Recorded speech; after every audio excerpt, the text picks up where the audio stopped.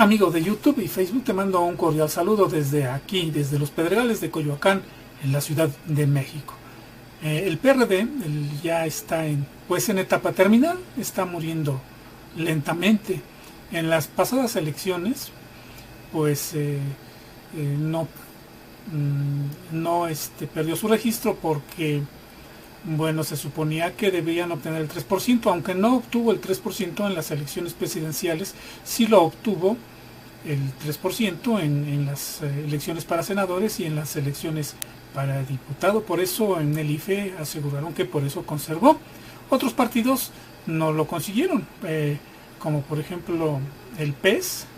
En la elección presidencial obtuvo el 2.7% de los votos, en la de diputados 2.4% y en la de senadores el 2.32%. Ellos sí perdieron el registro, el PANAL y el PES.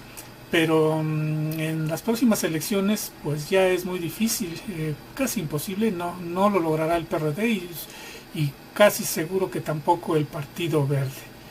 En esta sí lo lograron el 3%, el PRD lo logró en la de senadores y en la de diputados, el mismo caso del Partido Verde y del Movimiento Ciudadano, por eso sobrevivieron.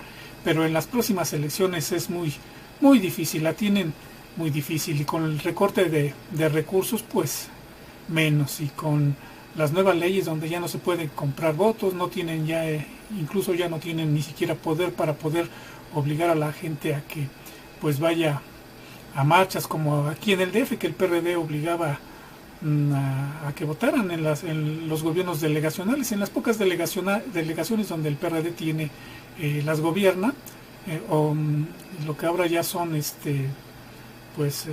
ya no son delegaciones, ahora son,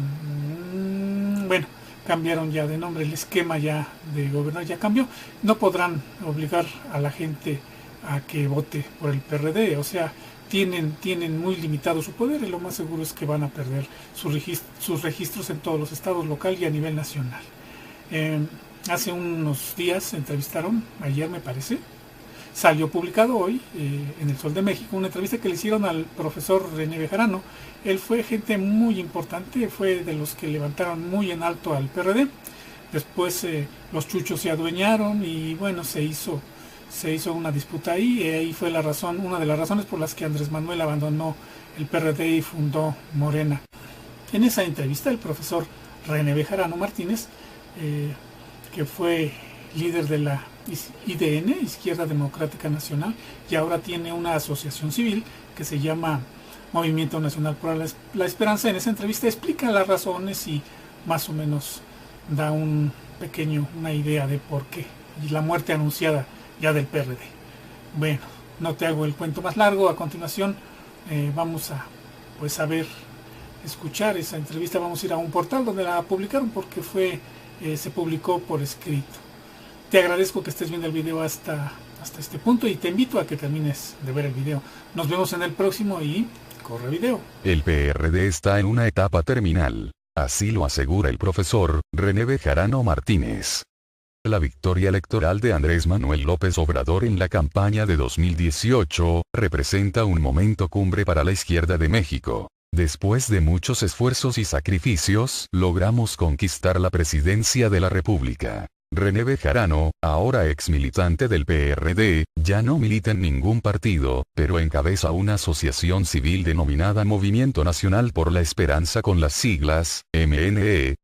En 1988, dentro de una suburban estacionada en la colonia Atlampa, una de las más peligrosas de la delegación Cuauhtémoc, René Bejarano ofreció al ingeniero Cárdenas y a Porfirio Muñoz Ledo el apoyo político de los damnificados de la zona centro del sismo de 1985, concentrados en Partido de la Revolución Socialista, sin registro, y del cual también formaban parte su esposa, la hoy diputada morenista Dolores Padierna, y el dueño del restaurante Peces de la Roma, Alejandro Gascón Mercado. Llenamos la plaza con la organización que teníamos entonces, y que habíamos construido desde 1985, a través de la Coordinadora Única de Damnificados, la Unión de Vecinos de la Colonia Centro y la Unión Popular Nueva Tenochtitlán, organización que generamos a raíz de los sismos de 1985, recuerda René Bejarano. En ese mitin estuvo Marcela Lombardo, hija de Vicente Lombardo Toledano, fundador del Partido Popular Socialista, PPS. A media calle del mitin estaba la Universidad Obrera.